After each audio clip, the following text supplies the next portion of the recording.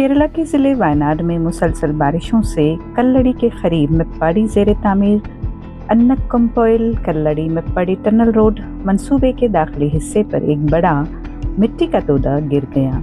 इब्तदाई इत्तलात के मुताबिक कई अफराद मलबे तले दब गए। रेस्क्यू टीमों ने फौरी कार्रवाई करते हुए कई अफराद को जिंदा निकाल लिया है। ताज़ा तरीन मालूमात के मुताबिक 9 अफराद को बहिफाजत निकाल कर मेप्पाडी के विम्स अस्पताल मुंतकिल किया गया है। इस बुलेटिन के रिकॉर्ड करते वक्त की खबर के मुताबिक 2 अफराद हलाक हो चुके हैं और 7 अफराद अब भी लापता हैं। केरला के वजीर सेहत के मुरलीधरन ने 2 अमवात की तस्दीक करते हुए बताया कि मजदूरों की अक्सरियत रियासत से बाहर की है। उन्होंने ज़िले के तमाम हस्पतालों को जख्मियों के बेहतरीन इलाज की हिदायत भी जारी की है।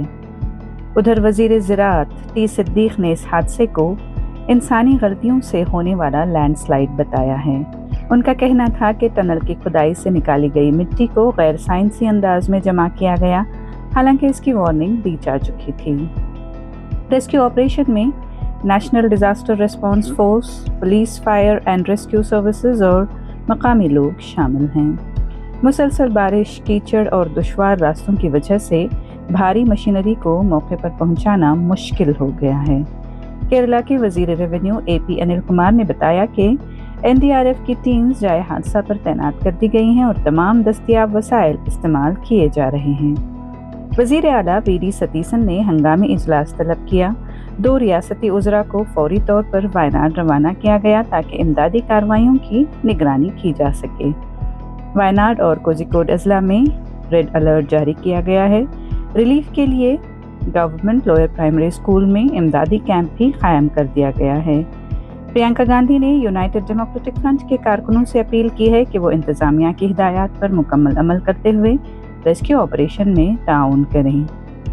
शदीद मानसून बारिशों के बायस हुक्काम पहले ही टनल मंसूबे पर काम रोकने के हुक्म जारी कर चुके थे, लेकिन मजदूर आरजी रिहाइशगाहों में मौजूद थे। फिलहाल इमदादी कार्रवाइयाँ जारी हैं। നിലവിൽ നമുക്ക് കിട്ടിയിരിക്കുന്ന പ്രാഥമികമായ വിവരം ഒരാൾ മരണപ്പെട്ടു ദുരന്തത്തിൽ 7 പേര് ആശുപത്രിയിലാണ്, 7 പേര് മിസ്സിംഗ് ആണ്, അവരെ കാണാതായിട്ടുണ്ട്. അപ്പോൾ ആദ്യം തന്നെ മീനങ്ങാടിയിൽ നിന്നുള്ള നമ്മുടെ ഫോഴ്സ് അവിടെ എത്തിച്ചേർന്നിട്ടുണ്ട്. കോഴിക്കോട് നിന്നുള്ള ഫോഴ്സ് കൂടി എത്തിച്ചേരും. പോലീസും ഫയർഫോഴ്സും അടക്കമുള്ള സംസ്ഥാന പോലീസിൻ്റെ സംവിധാനങ്ങളെല്ലാം ഉണ്ട്. അതുപോലെ തൃശ്ശൂരിൽ നിന്ന് ഡിഫൻസിൻ്റെ ഒരു സെക്യൂരിറ്റി ഫോഴ്സ് റെഡിയാക്കി നിർത്തിയിട്ടുണ്ട്. എല്ലാ സംവിധാനങ്ങളും അവിടെ വളരെ പെട്ടെന്ന് എത്തും. ഇത് മുൻകൂട്ടി ഈ മണ്ണ് നീക്കം ചെയ്യണം എന്ന് ആവശ്യപ്പെട്ടിട്ടുള്ളതായിരുന്നു. ജില്ലാ കളക്ടറും ഡിസാസ്റ്റർ മാനേജ്മെൻറ്റ് അതോറിറ്റിയുടെ ചെയർമാനും 20-ാം തീയതി തന്നെ ഉത്തരവിറക്കി ഇതെല്ലാം നീക്കം ചെയ്യണമെന്ന് പറഞ്ഞിരുന്നതാണ്. നിർദ്ദേശം അവർ പാലിച്ചില്ല. കനത്ത മഴ ഉണ്ടായിരുന്നു എന്നാണ് റിപ്പോർട്ട്. രാവിലെ 225 സെന്റിമീറ്റർ മഴ പെയ്തു എന്നുള്ളതാണ്. ഇപ്പോഴും മഴയുണ്ട്. വലിയ മഴയല്ലെങ്കിലും രക്ഷാപ്രവർത്തനത്തിന് പ്രയാസം ഉണ്ടാക്കുന്ന തരത്തിലുള്ള മഴയുണ്ട്. ഇതൊരു ചെളി കലർന്ന മണ്ണാണ്. അവിടുത്തെ മണ്ണിൻ്റെ ഘടന വളരെ വ്യത്യാസമാണ്. അതിങ്ങനെ സ്ക്രാപ്പ് ചെയ്താണ് വെച്ചിരുന്നത്. അത് നിലനിൽക്കുന്നതല്ല എന്ന് ഡിസാസ്റ്റർ മാനേജ്മെൻറ്റ് അതോറിറ്റി അവിടെ പോയി തന്നെ കണ്ടു പരിശോധിച്ച് ബന്ധപ്പെട്ടവർക്ക് അവിടെ ആവശ്യപ്പെട്ടിരുന്നതാണ്. ഒരു കരാറുകാരാണ് അത് നീക്കം ചെയ്യാറുള്ളത്. എന്തായാലും വളരെ ദൗർഭാഗ്യകരമായ ദുരന്തമാണ്.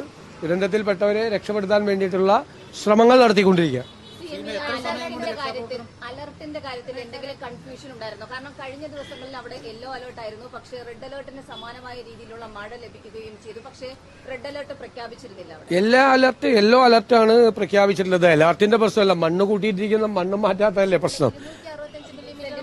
225 സെൻട്രൽ ഗവൺമെന്റിന്റെ പോളിസി അനുസരിച്ചിട്ടുള്ള ഇതാണ് ഡിക്ലെയർ ചെയ്തിരിക്കുന്നത്. ഇനി എന്തെങ്കിലും വിശദാംശങ്ങൾ ഉണ്ടെങ്കിൽ നമുക്ക് നോക്കാം. ഇത് പ്രാഥമികമായ വിവരങ്ങളാണ് ഞാൻ പറഞ്ഞത്. പ്രാഥമികമായി കിട്ടിയ ഞാൻ ചോദിക്കട്ടെ, അവിടെ ഈ മണ്ണ് കൂട്ടിയിട്ടിരിക്കുന്നതാണ് പ്രശ്നം.